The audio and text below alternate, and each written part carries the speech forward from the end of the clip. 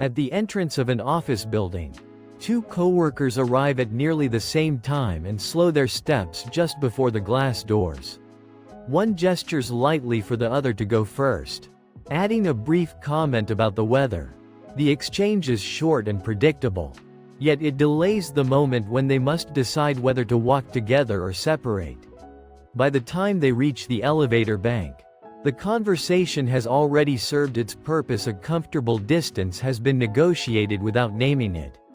Neither has to ask how closely they should align their schedules, or whether to continue the interaction beyond the lobby. The small talk occupies the space, where those decisions might otherwise feel abrupt. In a shared workspace kitchen, a similar pattern unfolds around the coffee machine. Someone waiting for the kettle to boil remarks on how busy the morning seems.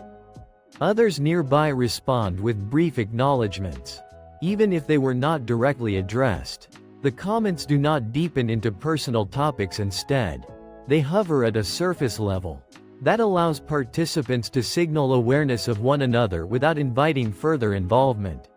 The repetition of these exchanges each day reduces uncertainty.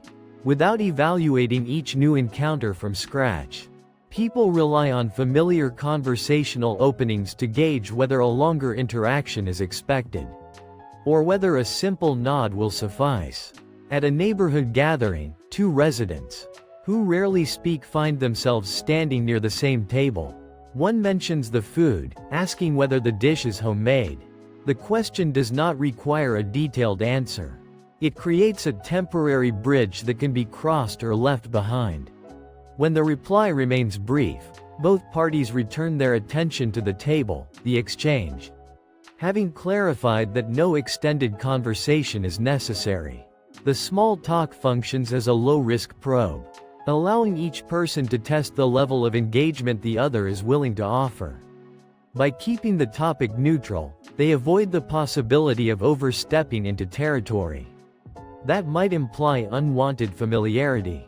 These moments often repeat across different settings, forming a pattern that reduces the cognitive effort of navigating social boundaries. Instead of calculating each interaction from first principles, people rely on well-worn conversational templates that signal intent with minimal exposure.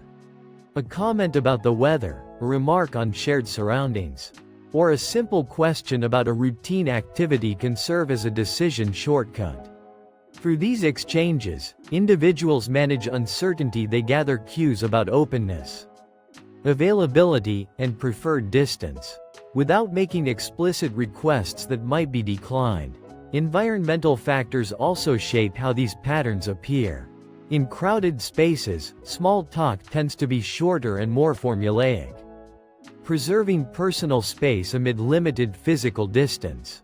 In quieter settings, the same phrases may stretch slightly longer, allowing participants to reassess whether the interaction should continue.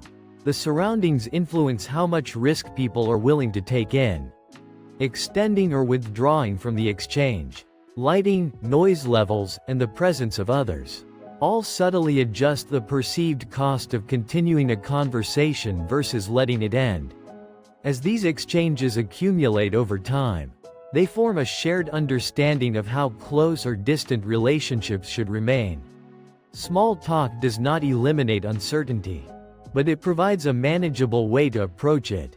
By repeating familiar openings and observing subtle shifts in response, pauses, eye contact, body orientation, people adjust their behavior without needing to articulate boundaries directly. In this way, brief conversations about ordinary topics become part of an ongoing process of negotiating space between individuals, leaving open the question of how those boundaries might shift in the next encounter.